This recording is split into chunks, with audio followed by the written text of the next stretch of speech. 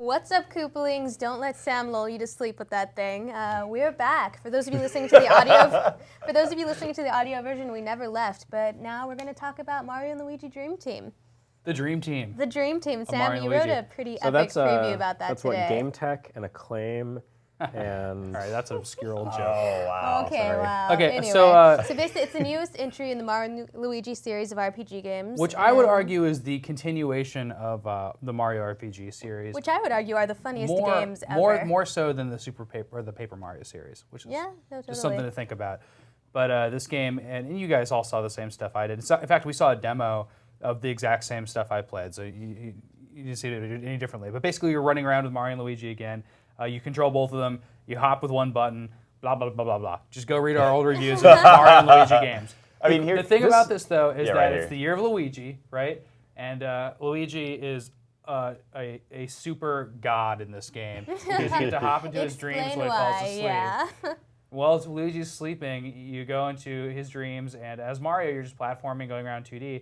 Well, Luigi can kind of like insert himself as like a giant face in the background that can fling you around, or like to sneeze blocks towards you, like all this crazy stuff. But the funniest thing is that there's these classic battles, which you're seeing right now, which are just the turn-based battle screens. And like those are always like make it better than a normal turn-based RPG for me because there's something more to do. Look at this! Like it's really funny. To emphasize some amazing Luigi powers. But when you're in the dream world, Luigi will just like you'll jump on an enemy, and then Luigi will like meteorically fall from the stratosphere. Ball, isn't that what they're calling it? Ball. Yeah, where you basically roll a ball across a bunch of Luigis, and you gather them up. The more you get, the larger the Luigi ball goes, and then you just cram them into enemies. Yeah, Katamari Luigi. Exactly. Yeah. Pretty cool. So yeah, Luigi's all powerful in his dreams. It's kind of a funny conceit. You know, these games always have really funny dialogue. They're hilarious. Like especially in the last one when Bowser was talking the entire game, and he's like so aggressive and funny. He's great. This game has the same cool dialogue. Again, for me, it just has an incomprehensible storyline, and so sometimes that dialogue, I just feel like click, click, click, click, click, and I see a joke, I'm like, oh, that's funny. But man, there's a lot of dialogue in these games. Yeah, apparently if you talk to people, they're like, oh, Luigi, you're so great, you're so tall in the dream world, so that's kind of Oh, yeah, and so that reminded me of, there's other games, well, so in Luigi's Mansion recently, Luigi is kind of he's the hero of the game, but he's still kind of a blundering idiot. He's a complete nebbish. Yeah, exactly. Aww. And the doctor, or what was the guy's name? Egad. Yeah. When he interacts with him, he's a professor. He kind of hypes him up sometimes and like tries to pump him up for missions. He's trying to make him go do. But there's another game, and this is a theme in some of the more recent Mario games that like Luigi's second best, and I think it's actually in Super Paper Mario that talk about it a lot. I mean, they've repeatedly built it up over the years, and it really started. It actually started with Mario RPG. Is it RPG? Where you're in the dream world. Right, or something? No, you're in the dream world, and you're like seeing, or not dream world, but you're seeing like wishes of people, and you come across one random wish that's like, I wish I could be as cool as my big bro, or something along those lines. And that's actually sort of the kernel that all of this Luigi is the second stringer. So I'm going to take it back even farther to the Super Mario Brothers Super Show. Well, no. What about the Mario Brothers commercial for Atari 2600? Something's plugging up the public. Exactly. Mario, where are you? Yeah. Okay, let's try and wrangle this back in. Mario and Luigi Dream Team. Go watch that. The Mario Brothers for Get Atari. Schooled, everyone. Mario Brothers for Atari commercial. 2600. It's really good. But yeah, did you get a chance to play? So yeah, Dream Team. Yeah. I don't think anybody played but me. No, I did. No, we all played it. It was cool. I mean, it's fine. Like It's exactly what I expected it to be. I mean, I'll be perfectly honest. Like, for whatever reason, I attached myself to the Paper Mario series and followed that all the way through. But this was the first Mario and Luigi game I had. I know that's scandalous. What did you think of your first dose of Mario and Luigi? It was cool. I mean, like I love the idea that you enter Luigi's dreams and he's all powerful. I mean, it further plays up the idea that Luigi is the more interesting of the two.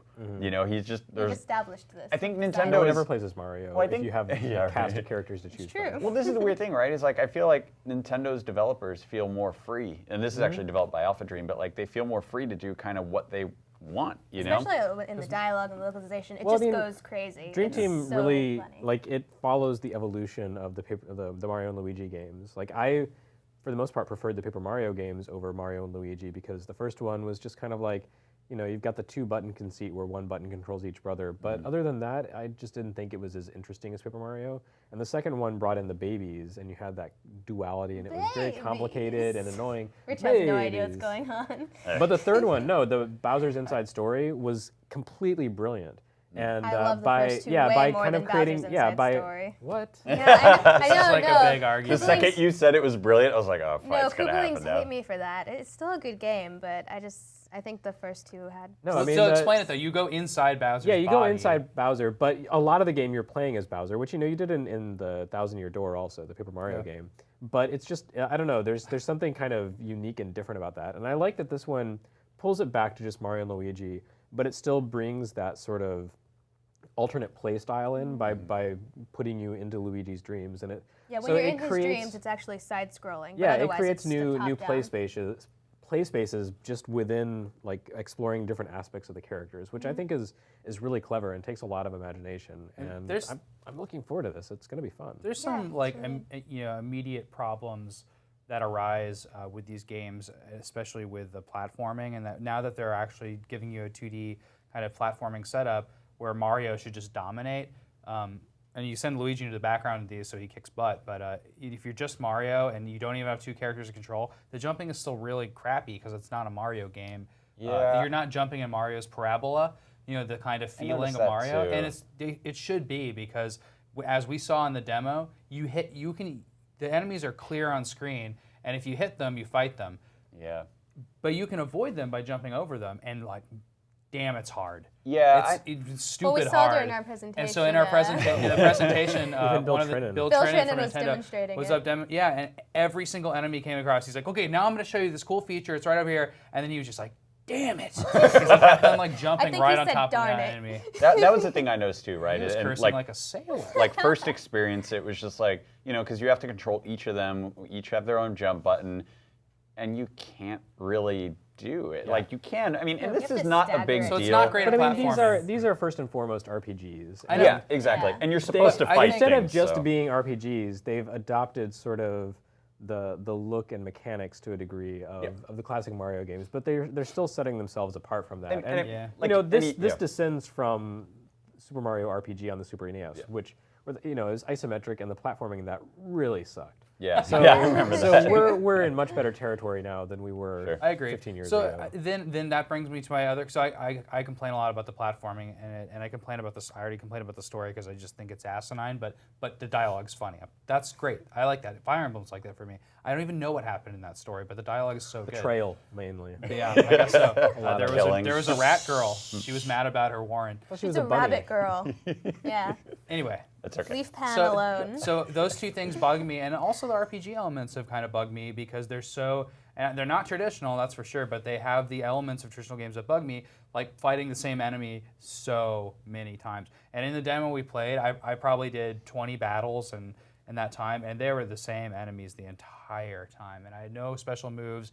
I kept on hitting them, and that's for me. I'm too old for that shit. I mean, I would say, look, we're looking at demos, right? Oh, So no, I we'll agree. see I'm how just saying, that, that's my criticism of the series as a whole. sure. That's where I always drop out. I'm just like, I don't want to go. I want to go back to this area and explore, but You're not a big RPG guy. damn, I can't fight these enemies over and over again. I'm an RPG guy, but they have to be smart, and I like when enemies are hard when I go back there. Like, Eventually, you start getting abilities that allow you to defeat enemies just by jumping on them in the field. yes, And that's really so cool. you start to kind of bypass some of the RPG mechanics. But there's slogs before that, and that's what Yeah. this demo was. And it wasn't in the overworld. And by the way, the whole game takes place on an island, but we were in Hello some Island. dark little castle the entire time, which was drab and ugly. But man, this trailer looks fantastic.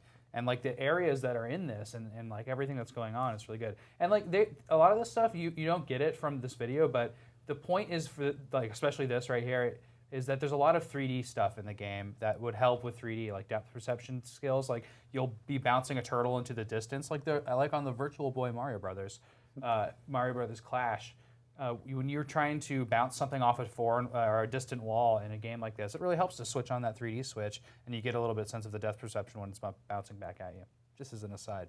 So any final thoughts on Mario and Luigi? I think we have 3 clips we've been running through at the same time. So Everyone's memorized it already. I'm excited about it, but I'm a big RPG fan. So Hey, it's coming out this summer, which is kind of awesome. yeah, I love RPGs, so I don't There mind. will never be a time where there's not an amazing 3DS game to play this year. Yeah, I It's love just, RPGs. I don't mind the freaking grind, cool. so I'm really looking forward to it and love this series. Rich, Yeah. looking forward to getting into it. Sure. Yeah, it'll be fine. I mean, honestly, Give it a whirl. this year for Exciting. 3DS Get is into this crazy. one. I mean, like Yeah. that's the thing, right? It's like Oh, this so comes much out. coming out. This is August 11 here in the U.S. and I think That's it's right. in July in Europe. Yeah, 1 month earlier in Europe, and yeah. boy, there's some rage about that.